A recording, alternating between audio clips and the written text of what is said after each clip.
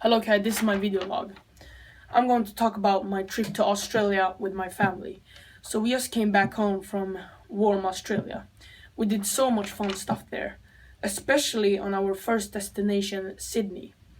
The go-karting was probably the most fun I've ever had on this trip. Visiting the Opera House was also a lot of fun, but it's not really my thing to look at buildings. One thing I recognized on this trip was that Australia and Sweden are not similar in any way, shape or form.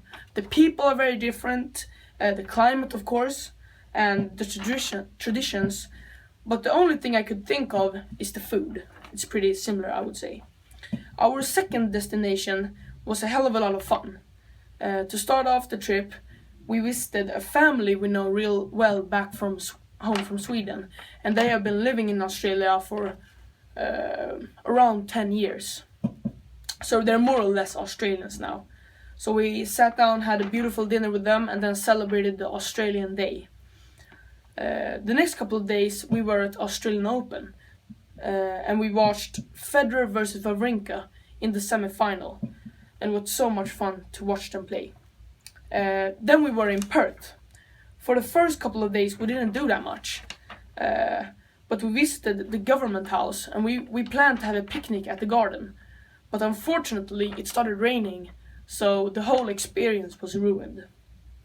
The last day me and my brother were pretty bored of just sitting around and not doing anything, so we decided to go to a sports shop and buy a basketball and some boxing gloves.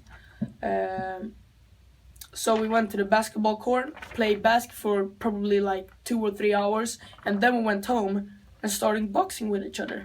And unfortunately, I got my ass whooped. A big reason why we wanted to go to Australia is because the wildlife. We love the wildlife.